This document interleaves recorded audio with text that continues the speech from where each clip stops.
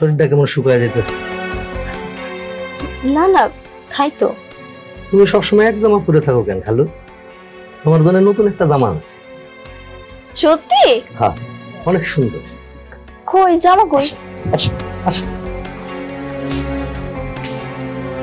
তুমি এমন একটা কাজ করতে পারলা? রেনু যখন মার সামনে কথাটা আমারে কইলো, আমার মন চাইতে ছিল বিষ খেয়ে মরে যায়। ছি, তুমি এত খারাপ ভাবতে আমার। এগুলো তুমি কি বলছো? তোমার মাথা ঠিক আছে? বিষ তো আমার খাইতে ইচ্ছা করতেছে, তুমি আমার এরকম কথা বলতে পারলা বউ? আর একটা কথা কইবে না, খবরদার। তোমার আমার চেনা হয়ে গেছে, চরিত্রহীন লম্পট একটা মানুষ। তুমি আমার যা খুশি কইতে পারো, কিন্তু চরিত্রহীন কইতে পারো। এই বুকে হাত দিয়া বলতেছে আমি একজন চরিত্রবান পুরুষ, যে নিজের বউ ছাড়া কখনো অন্য কোনো নারীর দিকে কোন নজরে তাকায় নাই। আরে এই বুকটা খুলে যদি দেখাইতে পারতাম না, দেখতে এই বুকের মধ্যে খালি তুমিই আছো। সেই তুমি আমার এরকম একটা কথা কইলা বউ, আমি খুব কষ্ট পাইছি। তার মানে তুমি কইতাছো রেনু সব মিথ্যা কথা কইতাছে? মিথ্যা না, তবে সত্যও না। মানে? তোর বোঝার ভুল, তোমাকে বোঝার ভুল। আচ্ছা, তুমি না কইছো ওরে নিজের মেয়ের মতো আদর করতে, আমি ওরা আমার মেয়ের মতো আদর করছি। ওর জন্য নতুন জামা কিনে নিয়ে আইছি।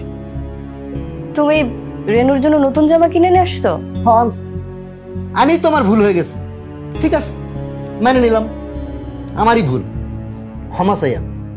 আমি জীবনে আর কোনোদিন রেনুর বিষয়ে কোনো কিছু বলবো না, ওর জন্য কিছু করবো না। তবে একটা কথা, তখন কিন্তু কইতে পারবা না পাষাণ পুরুষ মা মরা মেয়েডারে ছায়াও দেখলো না। এইভাবে বইলো না, আমরা ছাড়া ওর কি আছে গো? মা মরা মাইয়া। আমি না বুঝা অনেক উল্টাপাল্টা খারাপ কথা তোমারে কইছি, তুমি মনে কষ্ট রাখো না। আমি সহজ সরল মানুষ, মনে কষ্ট রাখা পছন্দ করি না।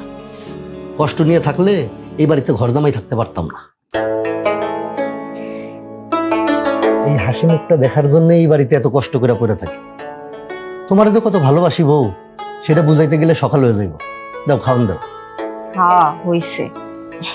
আচ্ছা আমি খাওয়ান রেডি করতেছি, তুমি আহ।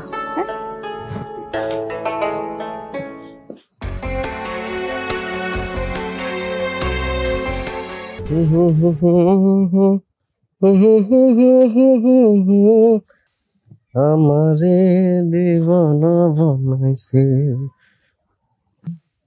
আমারে পাগল বানাইছে।